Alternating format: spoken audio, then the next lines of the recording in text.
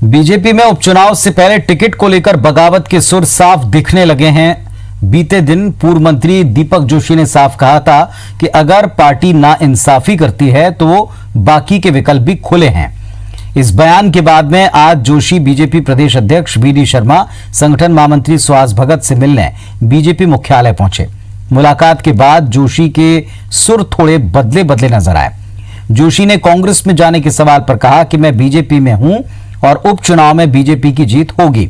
इसी के साथ उन्होंने साफ कर दिया कि पार्टी ने हाट पिपलिया से मनोज चौधरी को उम्मीदवार तय कर दिया। वहीं प्रदेश अध्यक्ष वी.डी. शर्मा ने कहा, दीपक जोशी कार्यकर्ता के रूप में सहज भाव से मिलने आए थे, उनकी कहीं कोई नाराजगी नहीं है। मनोज चौधरी को प्रत्याशी तय करने पर वी.डी. शर्मा ने कहा कि वक्त आने पर मीडिया को सारे डिटेल दे देंगे। आप नाराज है संगठन से, ये सुनने में आया? नहीं, मैं बीजेपी के साथ। कोई नाराजगी नहीं, कोई नाराजगी नहीं।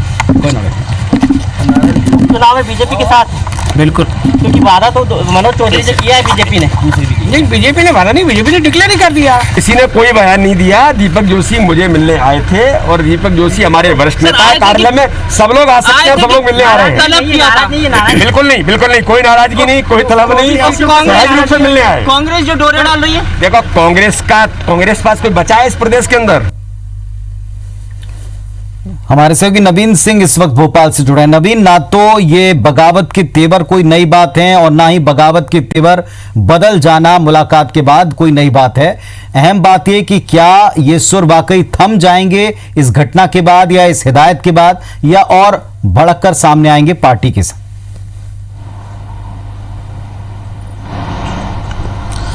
देखिए पुनीत, बीजेपी को भी इसी बात की आशंका है कि अभी तो उपचुनाव में वक्त है, लेकिन अगर अभी से बगावत के सुर नजर आने लगे हैं, सुनाई देने लगे हैं, तो बड़ी मुश्किलें खड़ी हो सकती हैं बीजेपी के सामने। हालांकि चुनाव आयोग ने अभी तक उपचुनाव की तारीख डिक्लेयर नहीं की, लेकिन ये माना जा रहा है कि कोरोना संकट जैसे ही खत्म होता है, हालात जैसे ही काबू में आते हैं, उसके बाद मध्य प्रदेश में जो 24 सीटें हैं उन पर उपचुनाव होगा।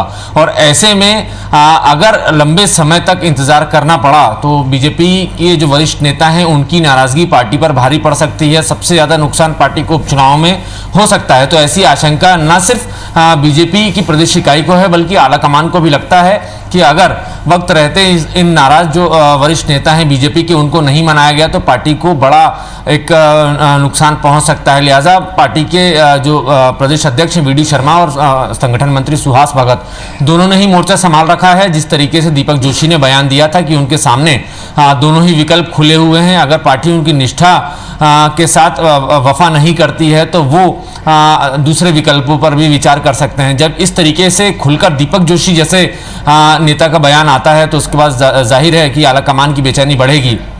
इसी के बाद बीजेपी के प्रदेश अध्यक्ष वी.डी. शर्मा ने दीपक जोशी को तलब किया है। दीपक जोशी मिलने आए, दोनों ही बड़े नेताओं से मुलाकात हुई। अध्यक्ष और संगठन मंत्री से दीपक जोशी ने अपनी बात रखी, विष्णुदत्त शर्मा ने भी अपनी बात रखी। उन्होंने बताया कि क्या हालात होने वाले हैं मध्य प्रदेश में अगले कुछ दिनों में और क्या उपचुनाव की तैयारियां, उसको लेकर भी चर्चा की। और ये खबर हमें मिली है कि दीपक जोशी ने अपने बयान को लेकर स्पष्टीकरण दिया है। उन्होंने माफी भी मांगी है कि हाँ, उनसे अनौपचारिक चर्चा के दौरान इस तरीके से बातें निकल गई जिसे मीडिया से शेयर नहीं करना चाहिए था। कुछ ऐसी बातें अनौपचारिक तौर पर उन्होंने कुछ संवाददाताओं से बोल दी, जिसके बाद ये समाचार जो है बाहर आया। उसके बाद से मध्य प्रदेश भारतीय जनता पार्टी में लगातार सनसनी फैली हुई है।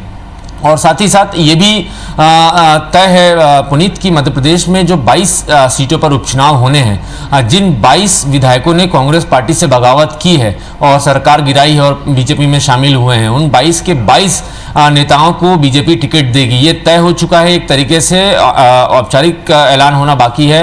वी.डी. शर्मा ने तमाम जो विधानसभा के कार्यकर्ता हैं उन लोगों से बातचीत के दौरान ये साफ भी कर दिया। और दीपक जोशी ने भी मीडिया से बातचीत करते हुए कहा कि मनोज चौधरी ही हाट पिपलिया से बीजेपी के प्रत्याशी होंगे और वही जीतेंगे। दीपक जोशी को उनका समर्थन है और बीजेपी किसी भी सूरत में वो सीट निकालेगी। तो ऐसे में ये तो पिक्चर साफ हो चुकी है पुनीत कि मध्य प्रदेश में अब कोई 22 जो सीटें हैं उन सीटों पर बीजेपी के किसी नेता को मौका नहीं मिलने जा रहा है। वहां पर सिर्फ और सिर्फ सिंधिया समर्थकों को और उन नेताओं को मौका मिलेगा जो कांग्रेस पार्टी से बगावत करके अपनी विधायकी गंवाने के बाद बीजेपी में शामिल हुए हैं। तो ऐसे में ये तय है पुनीत कि आने वाले समय में बीजेपी को खासी परेशानियों का सामना करना पड़ सकता है। बीजेपी के कई वरिष्ठ नेता हैं जो नाराज बताए जा रहे हैं, नाराज चल रहे हैं, लगातार संगठन उन्हें मनाने की कोशिश कर रहा जी। है। और ऐसे में अगर उपचुनाव होते हैं तो पार्टी को जाहिर तौर पर एक बड़ा नुकसान झेलना पड़ सकता है, क्योंकि बीजेपी के वरिष्ठ नेता अगर वो घर बैठेंगे, समर्थन में न भी आए, अगर वो घर भी बैठ गए तो पार्टी को इस वक्त चुनाव जीतना बहुत मुश्किल साबित होगा।